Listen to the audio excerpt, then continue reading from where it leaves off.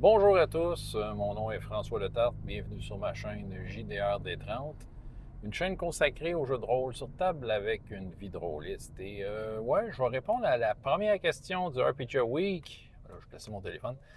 Après le RPG ED, ouais, puis bon, puis la question en lien avec le RPG ED, qu'est-ce qu'on a pensé du RPG ED? Est-ce qu'il y a de quoi améliorer, tout ça? Écoute, tu sais, je pense à RPG ED, tu sais, que ce soit des questions, des mots, moi, ça m'a jamais vraiment dérangé. J'ai toujours vu ça, c'est personnel, mais j'ai toujours vu ça comme un défi. Tu sais, c'est le défi RPG-ED dans lequel on doit communiquer positivement par rapport au jeu de rôle en suivant ou pas, parce qu'il y a un choix là-dedans, mais tu sais, dans le fond, c'est en suivant la proposition du jour, que ce soit une question, que ce soit des mots. Je sais que les questions, il y en a qui vont comme préférer ça, ils le disent ouvertement. C'est vrai que les questions ont cet avantage-là, c'est-à-dire que tout le monde se concerte autour d'une même, c'est ça, d'une même interrogation, ce qui fait que là, on va avoir plusieurs réponses différentes, mais toutes partent de la même question. Tandis que les mots, c'est sûr qu'un mot tout seul, sans contexte, ben tu t'en fais bien ce que tu veux, OK? Je sais qu'il y en a qui chialent ces mots. C'est difficile, les mots. Je ne sais pas quoi faire avec les mots. Je ne ferai pas le RPG parce que c'est des mots. Parce que là, ça fait exploser leur cerveau. Là. OK, là, on se parle, là. On est entre nous autres, dans mon char, là, OK? La plupart du monde pour le RPG, c'est des meneurs de jeu. C'est pas du monde qui ont de l'imagination d'habitude. Tu prends un mot, là. Hey! Un mot, là, tu peux te partir une campagne de 10 ans à partir d'un mot. Là. Fait que, tu sais, je pense que tu es capable. Ben, en fait, je dis ça de même. Il y en a plein qui l'ont fait. Là, si je parle juste au niveau de la communauté YouTube, on était quand même une bonne gang à le faire. Puis, tu sais, je pense que ça a été plaisant. Mais c'est vrai que, tu sais, on a vraiment plein de mots qui étaient pris dans tous les sens possibles et imaginables. C'était pas désagréable. Peut-être c'est vrai. Au niveau de la concertation, c'est vrai que ça peut être un peu désordonné.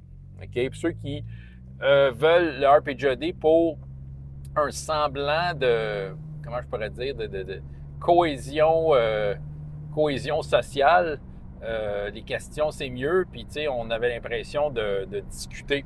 Tandis que les mots, on ne discute pas, on expose notre truc. Ben, qu'est-ce qu'il y aurait à améliorer au niveau du RPG-AD? Parce que c'est ça la question à Bruno. Ah, ben écoute, moi je pense que ça vient pas nécessairement du RPG-AD. Moi, c'est ça. Moi, je le vois comme un défi. Fait que, tu sais, il me présente ça, j'en fais ce que je veux. Tu sais, cette année, j'ai décidé d'y aller avec. Je présentais RPGS. Tu sais, pourquoi pas? Tu sais, je veux dire, c'est une idée qui m'est venue de même. C'est comme ça que j'ai voulu faire mon défi. Puis j'étais complètement en dehors de tout le monde, OK?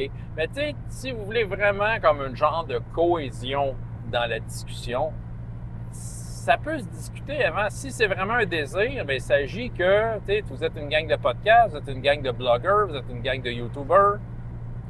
Mettez-vous ensemble, puis montez l'affaire. Tu sais, dans le fond, on va discuter, hey, on va avoir, hey, c'est cool, on va essayer de prendre le mot sous cet angle, puis, tu sais, tout le monde va avoir une discussion, si c'est vraiment ça que vous voulez.